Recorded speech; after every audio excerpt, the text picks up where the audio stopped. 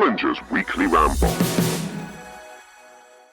Hello, my friends. It is Thursday, the 5th of June, 2025, and it is, of course, time for episode 58 of Mullinger's Weekly Ramble. And I'm amazed I have any voice left. I'm amazed I have this energy left.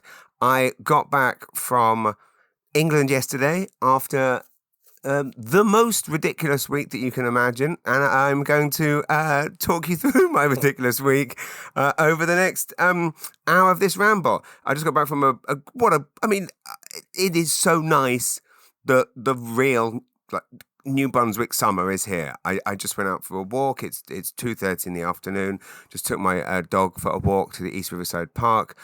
Chatted with some people, stood on the beach for a bit and stared at Long Island and at the water and reminded myself it is kayak season, so I need to get the kayaks down to the beach. But yes, it's incredible how, do you ever find this? Sometimes you do find you get sick and you're like, why have I got sick?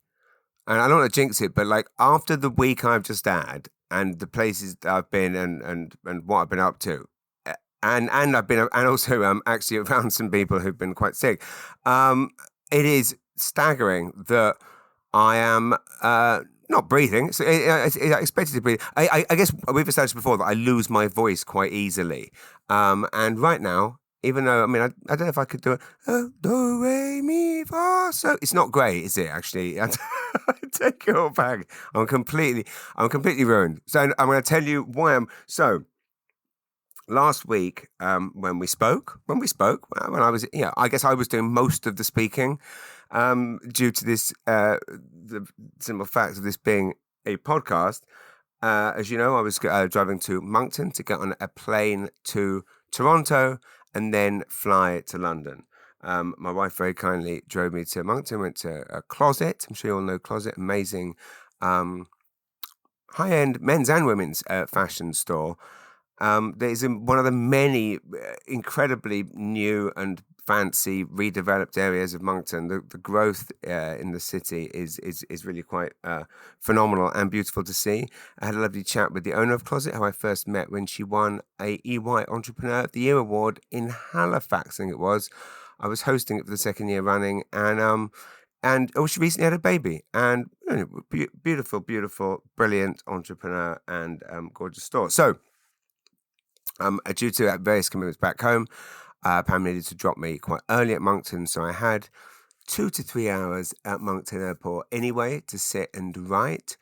I don't know about you. Do you find, I think because I mentioned this before, because I kind of love what I do, which is essentially writing, creating, conceiving, and obviously, a lot of liaising. There you go. And as much as I love liaising, and I guess I would bunch into liaising,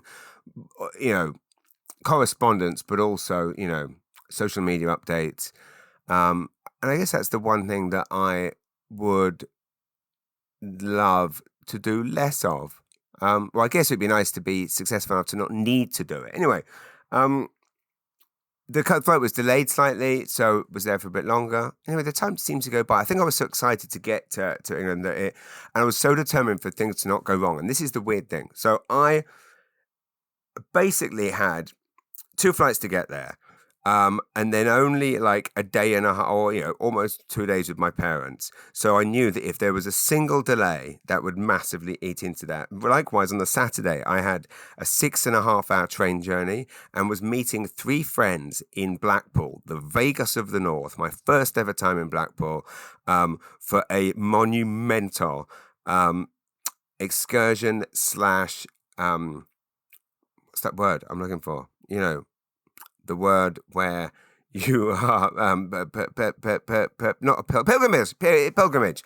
It was a pilgrimage. It was I was seeing one of my best and oldest friends. I haven't seen in about 2 years. So anyway, so many things could have gone wrong. They're taking multiple trains. I'm taking multiple trains. There's engineering works. Everything's taking longer. Incredibly, and again, I guess I have to give hats off to, there were some issues, don't get me wrong, there was a train cancelled, but basically we all got there We all made it to the show we were there to see, which was to see the very first comedian I ever saw at the Joe Longthorne Theatre at the end of the pier.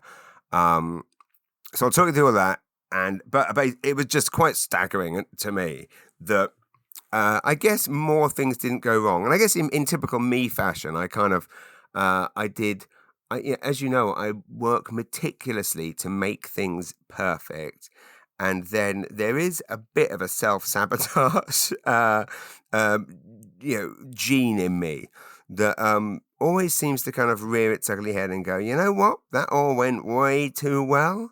We are going to set you off on one. So we'll go through it. So, amazingly made it to... So the Moncton flight's delayed. I get to Heathrow. There is the most ridiculously small amount of time for the connecting flight. And as you know, when you're going from domestic into international, it is the longest ball ache known to man. So I am sprinting. Like I have never sprinted. I essentially had 15 minutes to run what would be like a half-hour walk. Incredibly, I do actually make it onto the ground. The last one on, I make it on. Then, of course, then they decide they're going to delay. Then that gets delayed. So we sit on the runway for ages, which gives me a bit of time to kind of de-soak myself from the sweat. And then my mum and dad met me at the airport.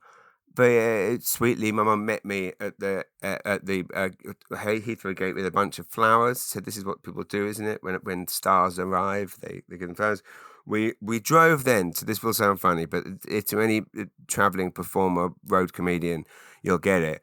We then drove to my favourite service station. And I will say that service stations now are not where they used to be back in the day. In England, they used to be the grimiest, grottiest places on earth. Now, they're kind of like Canadian service stations, gas stations, as you would call them. We go to fleet services, and I have a nice pret-a-manger, something which I massively miss. These little things that you used to eat all the time. I had a chicken avocado sandwich.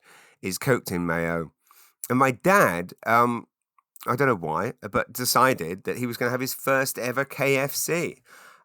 I think partly because, did you see that news last week? Well, maybe didn't. English listeners may have.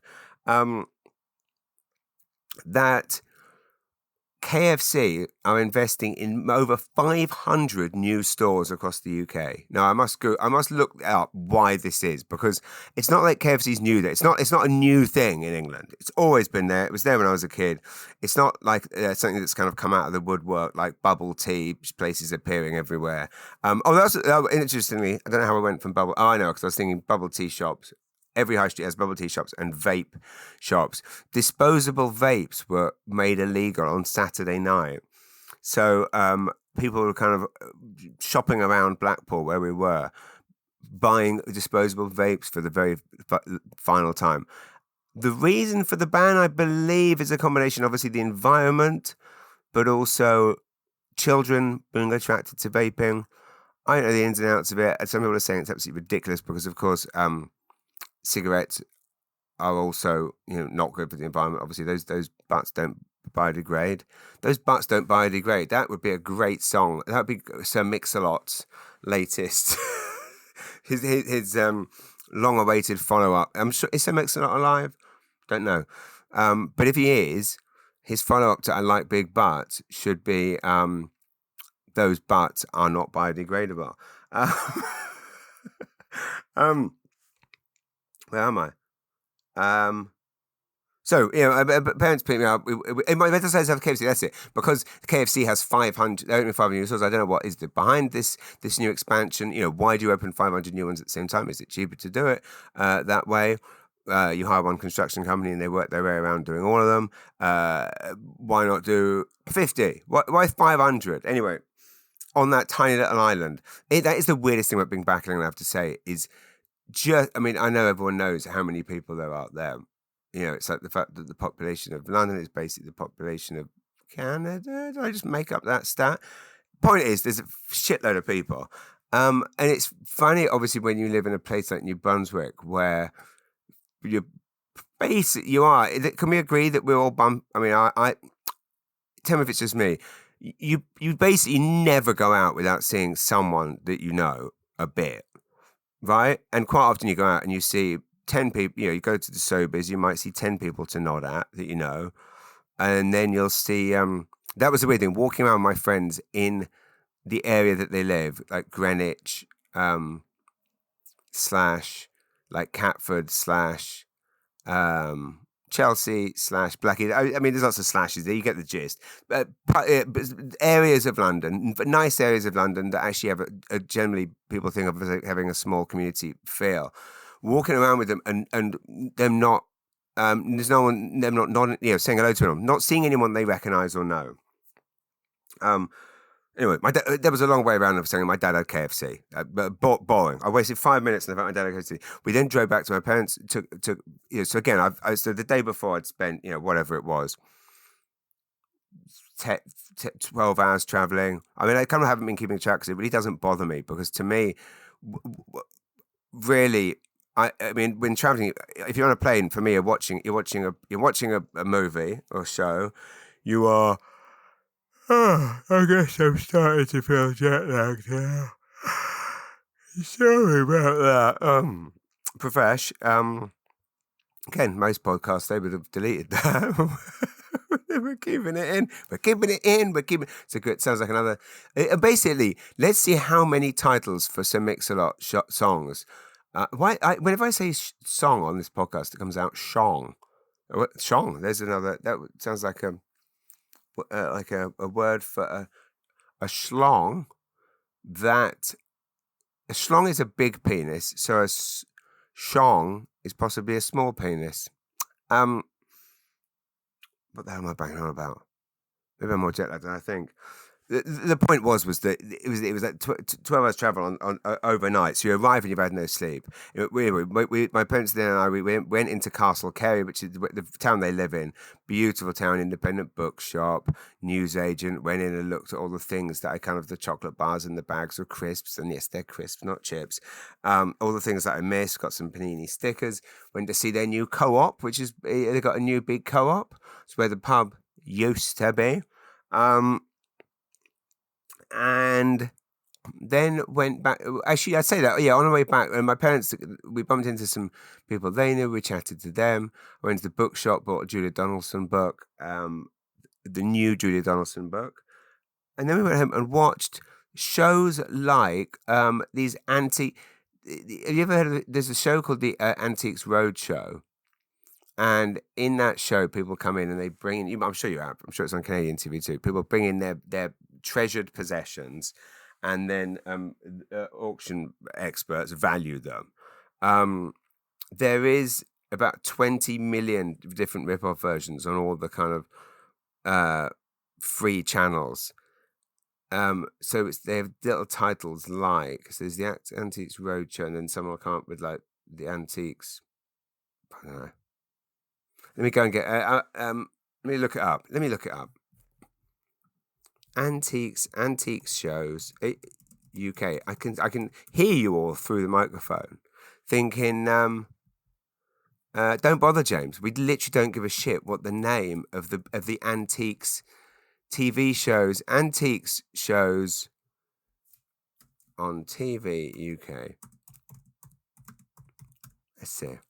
Here we go. So, okay, this is what I was looking for. So the original is the Antiques Roadshow, right?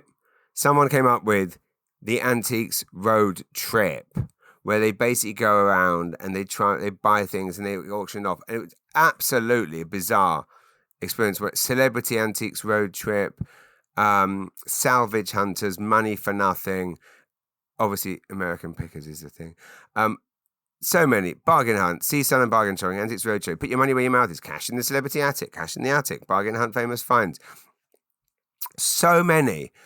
And essentially, and I mean, this Antiques Roadshow one was so low budget. They would basically go and buy, people purporting to be experts, things would go and buy something, and they put it in an auction, and the auction would have about 2 people there, and then they'd be surprised when it didn't make any money. Bizarre. So anyway, that was it. Nice evening. Went to bed in good time. Friday got up and went to my parents' favourite place, and one of my favourite places in the world, called the Newt. That is the word Newt, Newt. The Newt in Somerset. Now, the Newt was formerly well, it is. It is a country pile, like a one of these old English castles type things. Not castle, country palace. Let me look at Jesus Christ. The Newt in Somerset. The point is, but it's an estate. That's what it is. A luxury estate. And it was bought by a South African billionaire. Not that one. A good one. And it was just it was a Georgian pile, Hadspin House. And basically, he has overhauled it. His name's Koos Becker, and his wife Karen Roos. They own a vineyard in South Africa and a plethora of hotel and garden restaurants set in winelands around Cape Town in South Africa. And they fell in love with the Newt. And long story short, about 5 years, well, I'd say about 6 years ago, started buying up everything and basically reimagined this country estate. It's 2.5 hours from London, where my parents live, Somerset. About 2 hours, actually. It's half an hour from Glastonbury. And basically, it is, without question, one of England's finest country house hotels. The building itself dates back to like the 1600s. But it's only been a hotel since 2019, when they bought it and opened it. Pam and I actually went in 2019, right before the COVID lockdown, before everything went absolutely mental. So my mum and I had a nice walk there. And then we went to another place owned by the same people called the Creamery, which is at the Castle Cary train station. The Castle Cary train station used to basically be, it's a small village train station, which primarily was kind of famous for being the train station that people go into when they're going to the Glastonbury Music Festival. But they've now opened up this place called the Creamery, and it's in an old creamery. See, it's not just you guys and your Brunswickers. The Brits are up to it too. They opened a creamery inside beside the train station. So now it's basically become one of the fanciest looking train stations anywhere. For there to literally be this absolutely gorgeous building and essentially farmers. They've basically they've newtified it. They've turned it into it's a dairy and restaurant. Had the most amazing risotto, and then sat in my mum's garden while she gardened, read The Wild Silence, which is the second book by Raina Wynn. The first book by Raina Wynn is the one that my mum gave me for Christmas or for my birthday this year, which is called The Salt Path, which is the story about how Raina Wynn and her husband, through bad luck and some bad business decisions, but really just very bad luck, ended up homeless and decided to walk the Salt Path, which is I will tell you what the Salt Path is. It is a 630-mile walk along the southwest coast path in England. And the film stars Gillian Anderson and Jason Isaacs, who, of course, is coming off the back of The White Lotus season 3. Obviously, needless to say, the scenery is absolutely gorgeous. It was primarily filmed in Chepstow, Monmouthshire, Gloucestershire, and West Wittering, West Sussex, all places that... and they also started filming actually in Somerset. It was funny arriving at... So my mum and I drove to the Cineworld, it's called. We have Cineplex in Canada. They have Cineworld there in Yeovil, which is like a market town near them. And we drove there. It's funny, we were arriving for the 5 o'clock screening, and it was all like essentially women and or couples my mum's parents' age coming out, and they're all raving about it in the parking lot, saying it's great, you're going to enjoy it. And it's interesting when a film brings out a certain demographic that possibly aren't going to the cinema all of the time. The cinema, I believe, was packed before us, and it was absolutely packed after. It was actually packed in the one we were in too. So that's really quite an amazing thing for a film to do that. because it's essentially a National Trust film on film. National Trust. Do you know what National Trust is? National Trust is basically the organisation that looks after all the country places in. Anyway, so Saturday morning, my son back here in New Brunswick, River had a soccer game, and I was up, and my wife was headed to Halifax for a hockey tournament with my son Hunter, and I was on the 8:37 a.m. train from Cary to get to Blackpool North for 14:50. Now, this might sound absolutely bonkers, given that is a 6.5 hour train journey, but it went insanely fast. Do you know, like how, well, I guess like how, when you're having a partying on an all-nighter, and how, the time from 1 a.m. to 6 a.m. just suddenly disappears. Sure enough, this train ride, I don't know where it went, partly because I was writing, and maybe I was so immersed in that. As many of you know, the whole point of this trip, this pilgrimage, was to write the final chapter of my second book. I need this book to go out with a bang, and there's lots of bangs in it, don't get me wrong. Lots of banging. It is banging. But I felt that a pilgrimage to go and see the first comedian I ever saw, Roy Cherry Brown is his name, who, for British audiences, they will know him. Canadian audiences will not. To Canadian audiences, he is deemed highly problematic, but due to his content, which is very interesting now, given, obviously, I mentioned this before, possibly on the podcast, that comedians now, from Mark Normand to, I don't know if anyone saw Mark Normand's clips from his London show last week.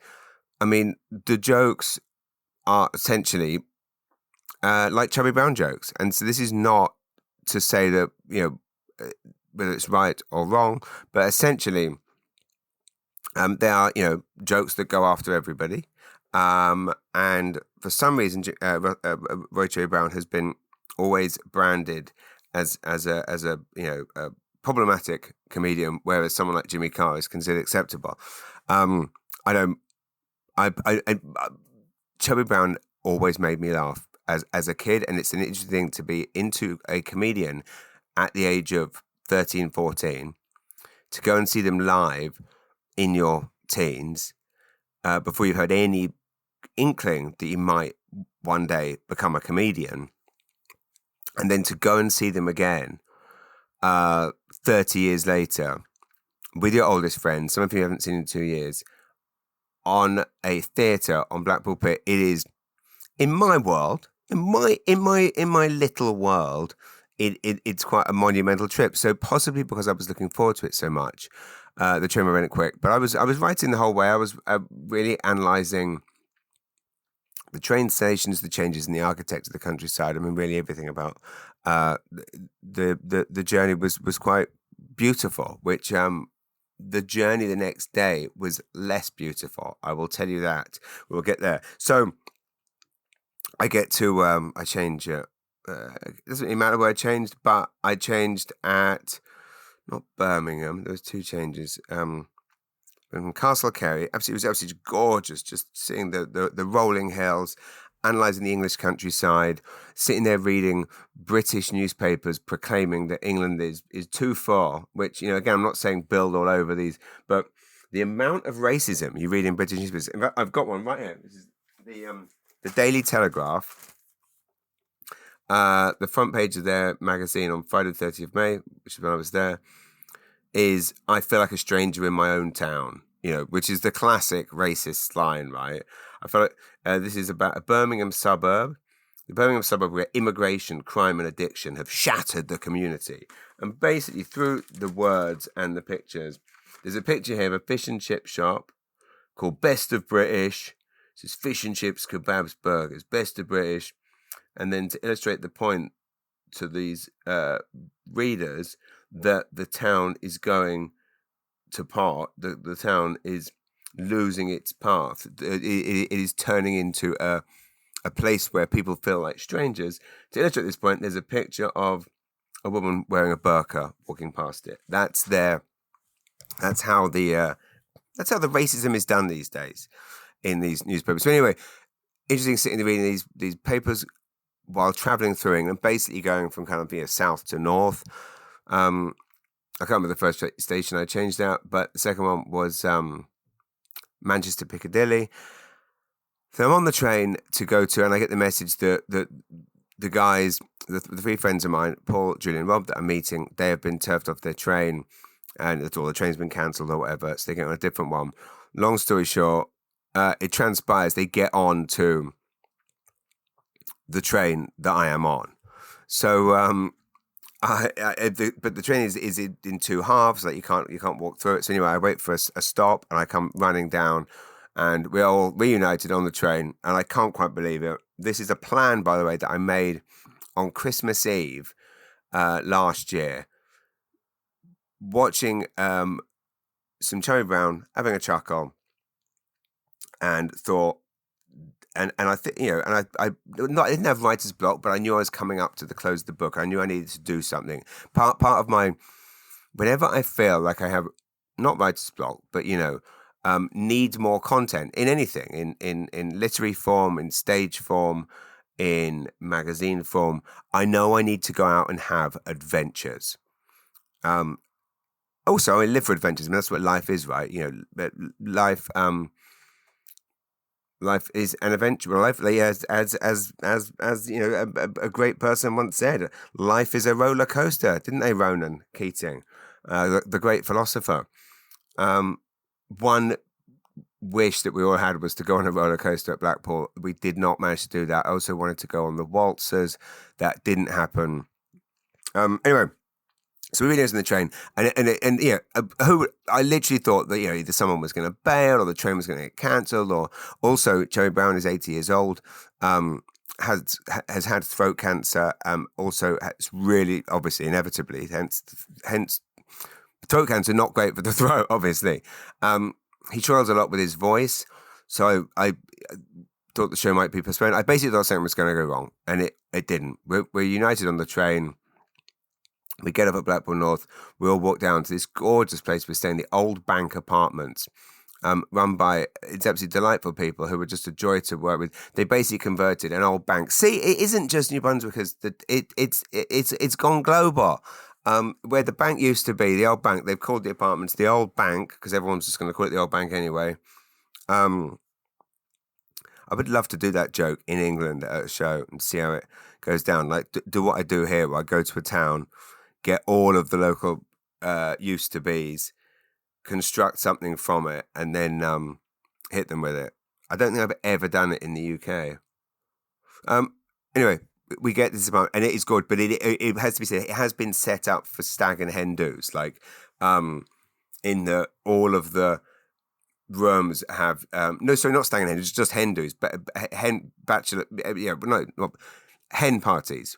The girls' one. Is it called something different? Because there's bachelor party and stag do for the men. What's the ladies' one called? Bridal shower, whatever you want to call it. It's not a bridal shower, is it? A load of birds getting pissed up is the point. And so each makeup station has plugs and mirrors there set up. Like it was very beautifully girly, which is possibly what Four Animals needed. So, I forgot this part. When we arrive at the station, so we get reunited on the train. And then we come out of the train station, and I knew he was coming, but it was a surprise that he was standing right there. My friend Paul Field, listener to this podcast, possibly one of our only Serbian listeners. You've heard Paul. Did I say Paul Wilson? Paul Field's story before. He runs a podcast called We Love Records. Some of you may have listened to our old podcast, Underground Nights, that we did together.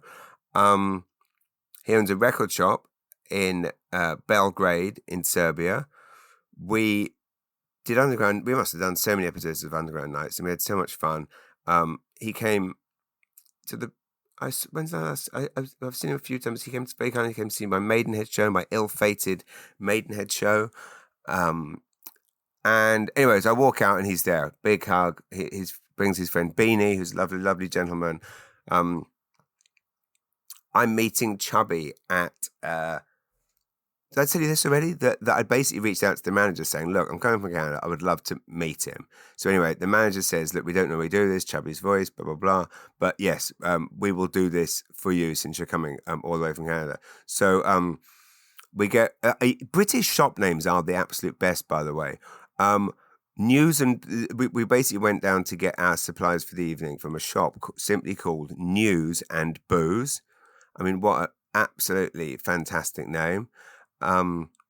We then went to a bar on Paul Field's recommendation, which was Abingdon Market. So it's basically it's kind of like the place I went to in Toronto that I was telling you about a couple of weeks ago. Record shops and stalls and stands and multiple different restaurant options. Got pieces, I went back, showered, put on my uniform, put on my old whistle and flute. For Canadian listeners, is Cockney rhyming slang for suit. Went down to the end of the pier. But really amazed us how nice the pier was. We're all so excited. I didn't realise that Blackpool Pier is where Sooty of Sooty and Sweep was invented, created on the stage there, possibly conceived. We're all just absolutely flying high. Like 6 friends walking down the pier, about to go and see a comedian that we've all been watching since kids. Just having the time of our lives. The weather's beautiful. That's the other thing. It could have pissed with rain. Everything was going to plan. Get down to the pier, meet Chubby. It's quite the moment. We then hit. There's a really beautiful outside bar at the end of the pier, which again I was very surprised by. We're just behaving like idiots, having so much fun, going and watch the show. Fabulous show, and then hit the town.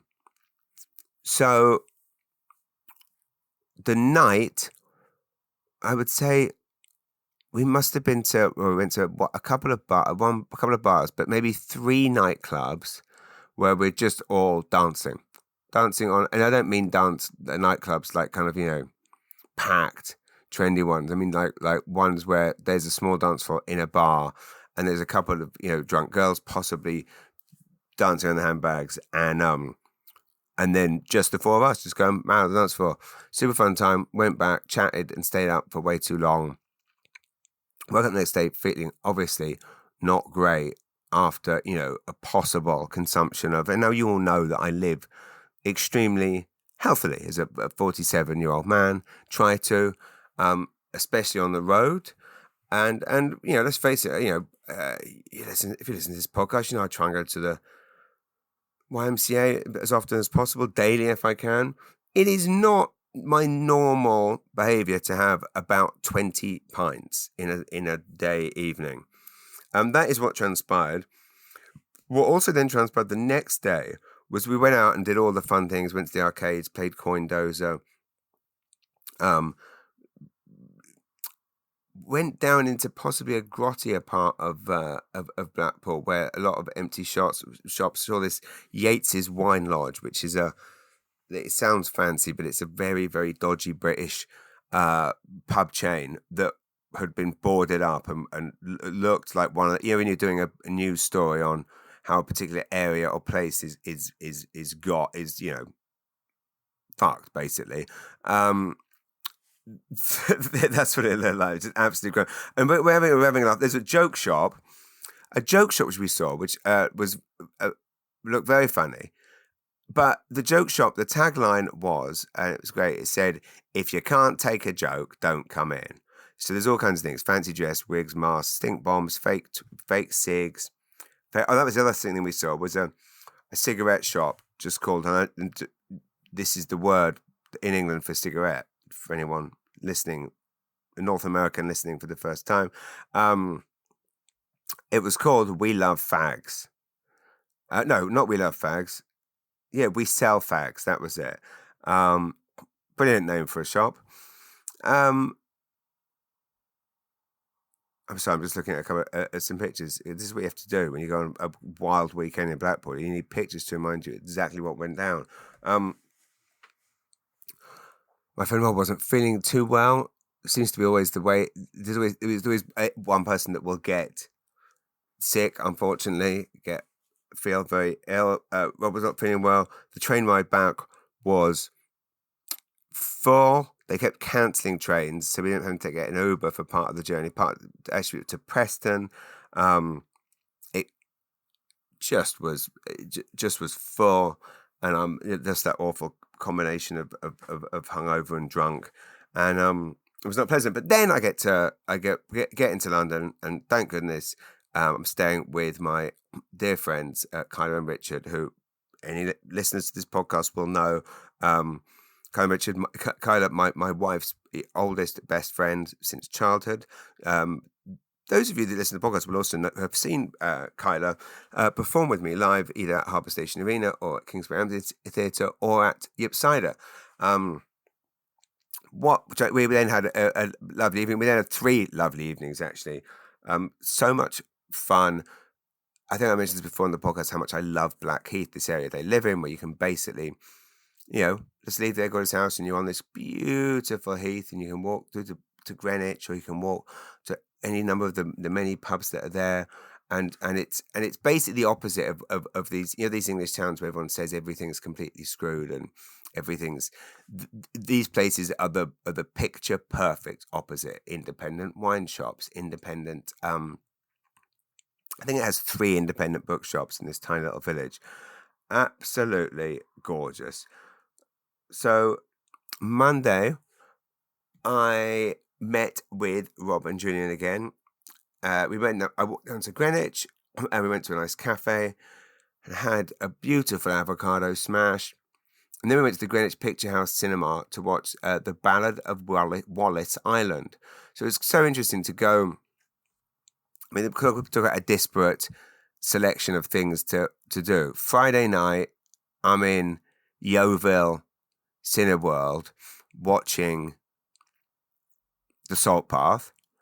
Saturday night, I'm watching Roy Cherry Brown in Blackpool. And on Monday, I'm in the Greenwich Picture House, which, by the way, these British cinemas are just divine. And Greenwich Picture House, what was it for their Rob and Julian were members, so it's $5.99 or something to get in. Not only can you obviously order a drink in the cinemas there, you get the drink in a proper glass, and you can take it into the cinema. A proper, get a nice glass of rosé, lovely little drop of rosé in a glass. You can take it in the cinema. Beautiful. That film was also kind of like Salt Path, different, but it was similar in that it's very slight, very definitely inspired by the gorgeous location where they were filming, which I believe is an island in Pembrokeshire. It's Tim Key and Tom Basden, 2 very well known. Some of you may have seen Tim Key recently in that Mickey 19 or whatever it's called, the Robert Pattinson film. The plot is Tom Basden plays a folk singer that had a bit of success 10, 15 years ago. Tim Key is his number 1 fan. He books him for what he believes to be a private gig, but it's actually just to get him in a room and reform with his former singer-songwriting partner, Cary Mulligan. And it's beautiful, and there's some absolutely hilarious moments where one moment that really tickled me was Tim Key trying to justify the leaking tap, the tap that basically won't turn off in the bedroom that Tom Basden has to sleep in. And he says, how it's not broken as such. And he's like, but it doesn't turn off. It doesn't. And he goes, well, if anything, it works too well. And I thought that was a brilliant way of sugarcoating a tap that is running 24/7. It works too well. Anyway, great film. Very fun. And would I recommend it to Canadian audiences? I would. It's interesting, these films where people have such vision to go, this is not the most exciting story. We're not going to do anything kind of outlandish. There was one plot point that was slightly ridiculous where they need the film premise needed to get rid of Cary Mulligan's husband. So the script details that he needs to go on a bird watching trip. It felt a bit contrived, a bit forced. All that said, very sweet. Went out that night, pubs of Greenwich, went to a restaurant in Greenwich, which is actually owned by Tamer Hassan, who is one of my favourite British Turkish Is he Turkish? I better get this right. You don't want to get people's. This is how you get branded problematic. Tamer Hassan is in movies that you've heard me bang on about, like The Football Factory. He's also in like some fairly, one of the things was in Game of Thrones briefly. Where is he? So he's from New Cross, but he is of something origin, if that is not. Oh, his son's a professional football player. That's pretty cool. If he is not any of these things of any, Turkish. He's of Turk. He was born. Sorry, he was born in New Cross, London, and into a Turkish Cypriot family. There we go. He started working market stalls at an early age, started boxing at the age of 10. He began an amateur boxing career at the age of 17, won 2 British titles, sustained an injury, turned to running his own nightclubs and restaurants. And then I believe Football Factory was his first big part. And then he got one of the leads in The Business. And he's been in a movie called The Ferryman, which is a New Zealand horror movie, but does sound like the kind of thing. The Ferryman. Is he in it? Okay.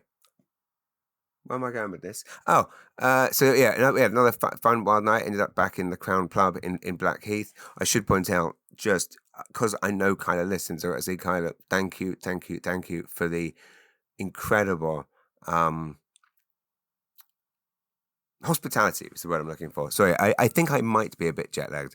The hospitality was just off the charts, and so thoughtful, and you're both so busy and just always make me feel so welcome, and obviously your family, and I just want you to know how much I appreciated all of the attention. Yeah, and also kind of knows I miss British pubs, so she also arranged, there was one I think that went to on the Tuesday night called the Dacre Arms, that is next level old fashioned, like beautiful pictures of the cast of Only Fools and Horses on the walls. But you really, if you were filming a movie set in a British pub in the 1960s or 70s, you wouldn't need to change many of the details other than obviously putting out ashtrays, because back then, the good old days, you could chug it up.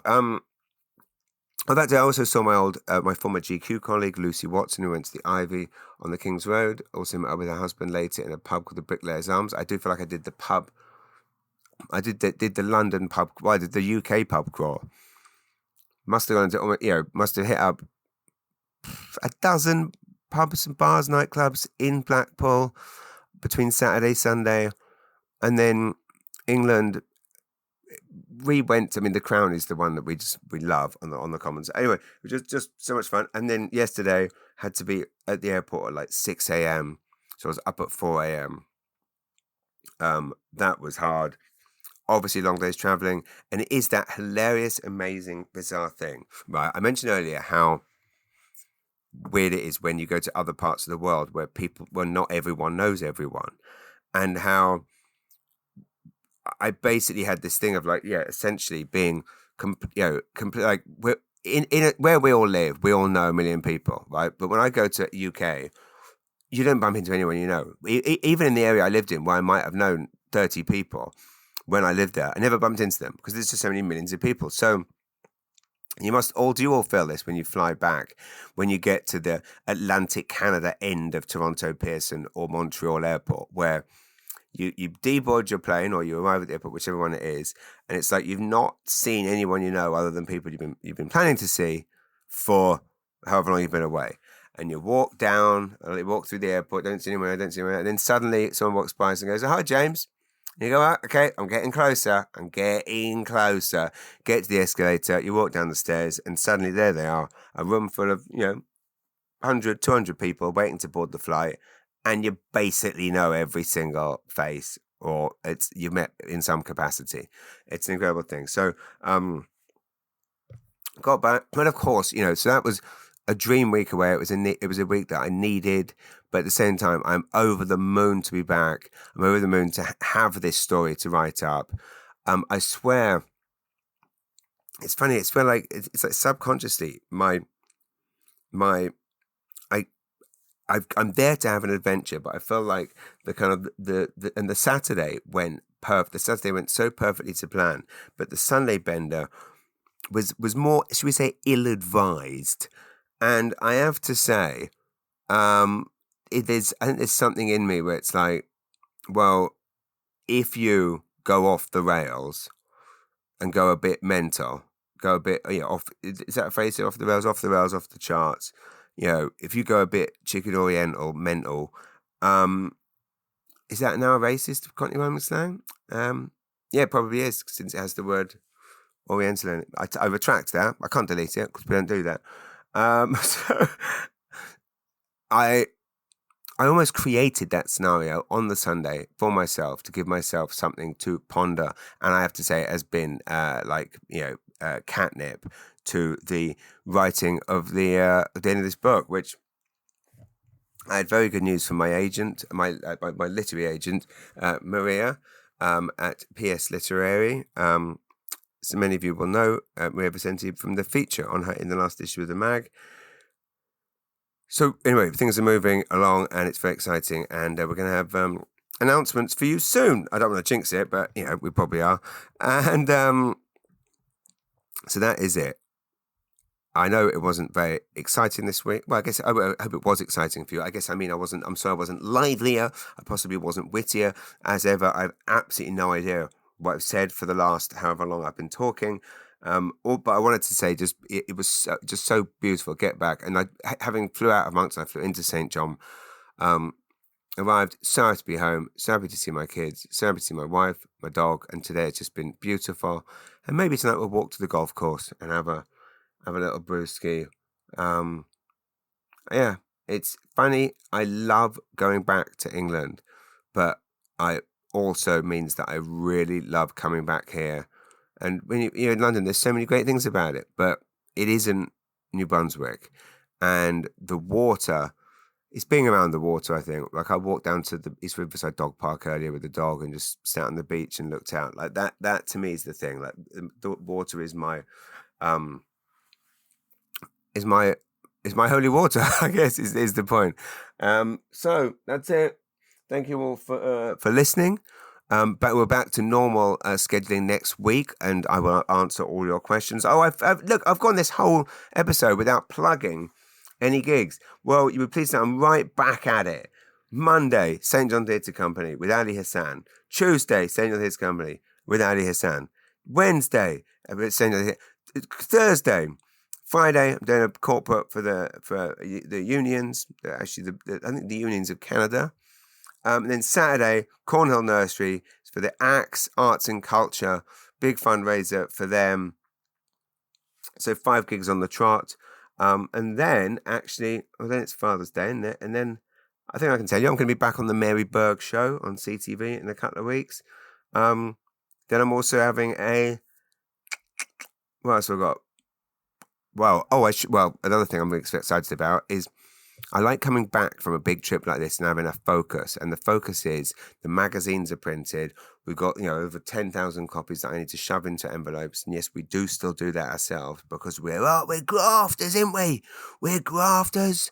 I have we're signing off on my vinyl album release also very shortly. That's someone calling me from an English number. Strange. I'm sorry about that. I'm sure you did hear all that. I wonder who that was calling me. Who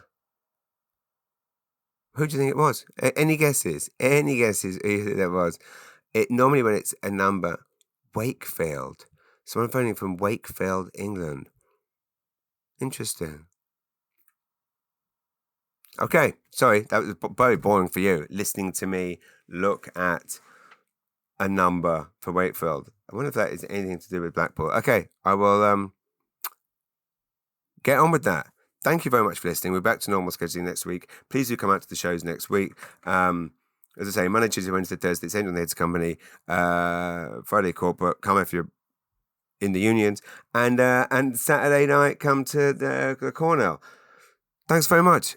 So happy. Yeah, that was my point. Was I'm happy to be home. It's like nice knowing that we've now got. The whole family's going to get clubbed together and going to get over 10,000 magazines stuffed. Oh, I should point out, the Hampton Brewing Company show with Ethan Ash just went on sale as well. And I'm also very happy to say that I've finally got some of the... I've got more stand-up to share with you. I have got more stand-up clips that I have been saving for you, and it's all going to start dropping. So thanks very much. That's it. Oh, did I mention the yard sale? My yard sale is going to be happening at my house Saturday, the 28th of June. So anyway, if anyone's listening to this, if anyone's listening to this, if anyone is listening to this that would like to go, that'd be amazing. If you did a podcast that no one listened to, that 0 people heard. Kyla, thank you for everything. Richard, love you. Poor Phil, what a legend. I stood by my friend in Serbia. He literally flew. Obviously, he was on a record-buying mission as well, but it is absolutely beautiful that I mentioned him a few weeks ago. I think we were FaceTiming over a Crystal Palace game, and he's Crystal Palace's #1 fan. And I, out of the blue, I said, I booked tickets for Chubby. Don't know if I'm going to go, but I booked tickets. He goes, I'll be there, and I love that sense of adventure in him. I was going to say in people, but I'm talking about him, and I appreciate him. So thanks for coming, mate. Thanks to everyone that made that trip so special. Thank you to Blackpool Sally Valentine in Nova Scotia for all your advice on making sure that I knew all the best places to go in Blackpool. Send me your questions, comedy@jamesmanager.com. This has been Bollinger's Weekly Ramble. I will see you next week. God bless you, my friends. Love you very much. Cheers.